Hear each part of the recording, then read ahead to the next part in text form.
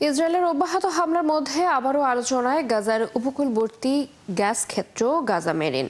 ফিলিস্তিন রাষ্ট্রের আন্তর্জাতিক স্বীকৃতি প্রশ্নে নতুন করে আলোচনা শুরুর প্রেক্ষাপটে এই গ্যাস ক্ষেত্র নিয়ে প্রায় ৩ দশক ধরে চলমান রাজনৈতিক ও আইনি জটিলতা নতুন মোড় নিচ্ছে। বিশ্লেষকরা বলছেন, ফিলিস্তিন স্বাধীন রাষ্ট্র হিসেবে স্বীকৃতি পেলে গাজা মেরিনের মালিকানা এবং সেখান থেকে গ্যাস উত্তোলনের পূর্ণ অধিকার পাবে তারা, আর এতে বৈদেশিক সাহায্যের উপর নির্ভরশীলতা থেকে মুক্তি পাবে তারা। বিস্তারিত শারমিন স্বপ্নার প্রতিবেদনে। ২০০০ সালে গাজা মেরিন গ্যাস ক্ষেত্রটি আবিষ্কৃত হওয়ার পর থেকেই মালিকানা সংক্রান্ত জটিলতায় আটকে রয়েছে প্রকল্পটি।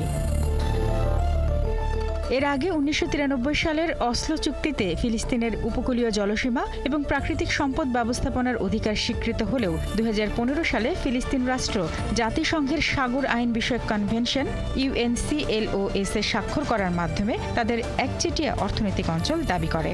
২০১৯ সালে তারা বিস্তারিতভাবে তাদের সামুদ্রিক সীমানার দাবি তুলে ধরে, কিন্তু তাতে বাদ সাধে ইসরায়েল। এই অঞ্চলের জলসীমাকে নো ম্যানস ওয়াটার হিসেবে চিহ্নিত করে মালিকানা নিয়ে বিতর্ক সৃষ্টি করে। জোন জি নামে পরিচিত এই অঞ্চলকে নিজেদের সামুদ্রিক এলাকা হিসেবে দাবি করে অনুসন্ধান লাইসেন্স জারি করে ইসরায়েল, কিন্তু ফিলিস্তিন ওই এলাকার ৬২% নিজেদের বলে দাবি করায় এই লাইসেন্স প্রকৃতপক্ষে বৈধ নয় বলে মত দেয় আইনজীবীরা।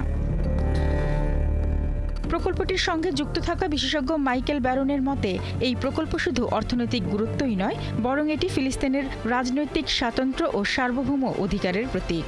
ব্যারন জানান, বর্তমান বাজার দরে এই গ্যাস ক্ষেত্র থেকে প্রায় $৪ বিলিয়ন রাজস্ব আদায় সম্ভব, যা আগামী ১৫ বছরে ফিলিস্তিনিদের জন্য বার্ষিক $১০০ মিলিয়ন আয়ের পথ খুলে দিতে পারে।